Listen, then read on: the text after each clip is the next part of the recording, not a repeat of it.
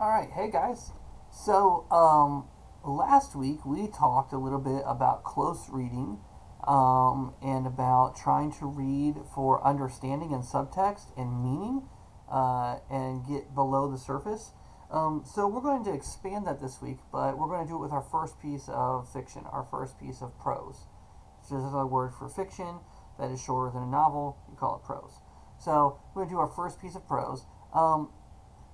One of the things that we're trying to develop right now is a skill set to be able to read and make inferences and develop an analytical skill set for our reading that goes beyond just basic plot comprehension.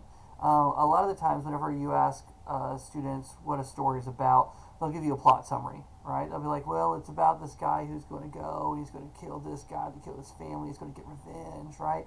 Well, cool. You gave me the summary, you told me that you know what happens, but you didn't tell me what it was about. You didn't tell me if it was about the morality of vengeance. You didn't tell me if it was about, the ethics of murder. You didn't tell me if it was about some kind of spirit. Like, you didn't tell me what it meant. You just told me what happened. And those are different things. My baseline assumption is that all of you are capable of reading and are capable of understanding the basic facts of a thing that you read. That you are able to read a story or a poem or an article and you can have general comprehension of it, right? Our job now is to figure out how to dig deeper than that, how to go below the surface, how to dig for the meaning. So one of the ways that we do that is through close reading. Normally, when I do this in class, we do a whole annotation lesson where I work with you on appropriate annotation strategies and how to do close reading with a text whenever you have it in your hand. That's really hard to do virtually because I can't give you a text in hand. I can't see the way that you're working with the text. I showed you what my copy of the lyrics from King's Crossing looked like whenever I annotated it and whenever I was looking for a meaning. This is somebody else's annotated copy of a book over here. I'll be very clear with you. Everyone that I know who's educated, except for one, writes on the text as they read it. They make notes, they're asking questions, they're keeping track of important ideas, they're engaging with the text. It's a great habit to start now to engage with and write on text. There's a couple of reasons why. One, we know that from just a pure neuroscience standpoint, right? Annotating a text activates more sections of your brain, and you are engaging with just more of your brain in the text. So rather than just reading, you're also writing, you're engaging with it, and that helps your overall comprehension. So most of the time, whenever people read something, they retain between 15-20% of it. This increases your retention usually by about 10 to 15%, depending on the kind of person that you are. So that's reason number one why annotating is really helpful. Number two, it is a great way of reviewing later. A lot of the times, especially whenever you get into longer works, like we're going to read some longer works, and whenever you go to college, you're going to have some longer works, and you might need to go back and review. This process here helps skimming, right? Like if I'm trying to figure out, like, boom, I know main theme here. I know the general thought of this entire thing is like a closeness, right? And that it's dealing with it with all of the like senses. I'm being able to pull out the highlights for myself, right, in the margins, so that way whenever I come back to review later, I can make sense of the text easier without having to reread whole chunks and whole passages of it. It also helps me whenever you turn work in, whenever we get back to school, I can see where maybe if things go wrong, I can see where they went wrong, where the misunderstanding happened. So annotation strategies, again, I know that they're really hard to work on now. If you have the ability to print off a text and write on it, and annotate it, I highly recommend doing it. I know most of you probably do not have printers. It's a very 20th century thing to have in your house, but some of you might. If you do have a printer, please, if you can, print off text, write on them, engage them. It's only going to help yourself out. So this week, I am asking you to read a story called War. It's this one right here. It is only about 5 pages, I think, something like that. It is not a long story. Yeah, it's 5.5 pages. So it's a very short story here.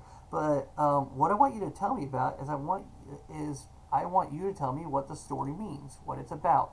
I know that that's an arduous task for people just coming in to just be like, all right, so I know that you have no practice with this. Go tell me what it's about. Like we did one thing, you filled out one soapstone. Go. So I made you a little bit of a graphic organizer here to help you keep track of some of the things that I think that you should be looking for and paying attention to. First is conflict. Conflict is the driving force in all stories. All stories revolve around conflict. If there's no conflict, there's no story. There's no narrative. Everything is about a conflict with is about a conflict in the story. You probably remember this from like middle school when they talked about things like man versus nature, man versus society, man versus self, man versus God, right? Those are all just various types of conflict. So I think part one is look for the conflicts in the stories. Is it just a singular conflict? Are there more than one conflicts? What do those conflicts let us know that this author is trying to communicate? We can learn a lot about the author's intent and the ideas that they are trying to transfer by the kind of conflicts that they are wanting to show us and have us experience in their work. Then you've got character traits. What kind of a character is our main character? Now, if you ever want to do a more in-depth analysis, you're trying to write a longer paper or something, you might want to list the character traits for like multiple characters. But most of the time, your main character is the one that the author is trying to communicate through, so understanding their basic traits is enough. So what are the main traits of the characters? Are they selfish? Are they greedy? Are they driven? Are they douchey? Just how would you describe them? Find some evidence to like support that. Everything is going to be about finding evidence to support these ideas as well. The thing that I want you to get in the habit of, because it's going to be very, very key when we get to the IB assessments, is you can't ever say anything without a justification. So there's this idea that you have two parts of an argument. You have your assertion, the thing that you're saying is true, right? I think this character is greedy. Great. That is my assertion. The main character is greedy.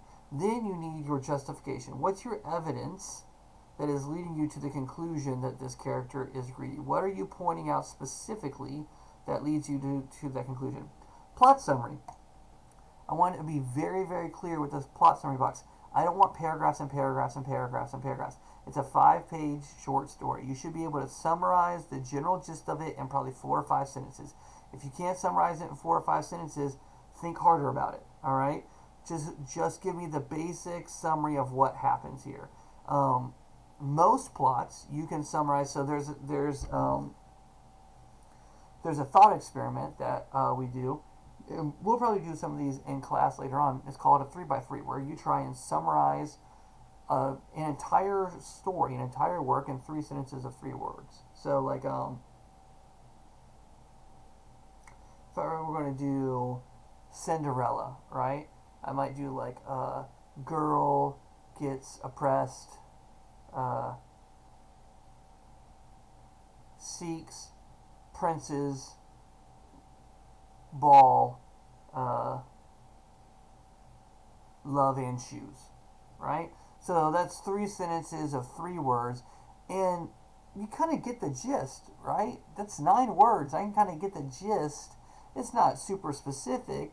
I don't know that anybody could then retell the story of Cinderella based on those 9 words, but you can get the gist of it. And it's a great way of thinking about a story and really how you understand it, and also what you think the most important ideas to communicate are. But don't do that here. We'll do those later. For this box, your plot summary box here, I'm just looking for a couple sentences. Give me the basic rundown.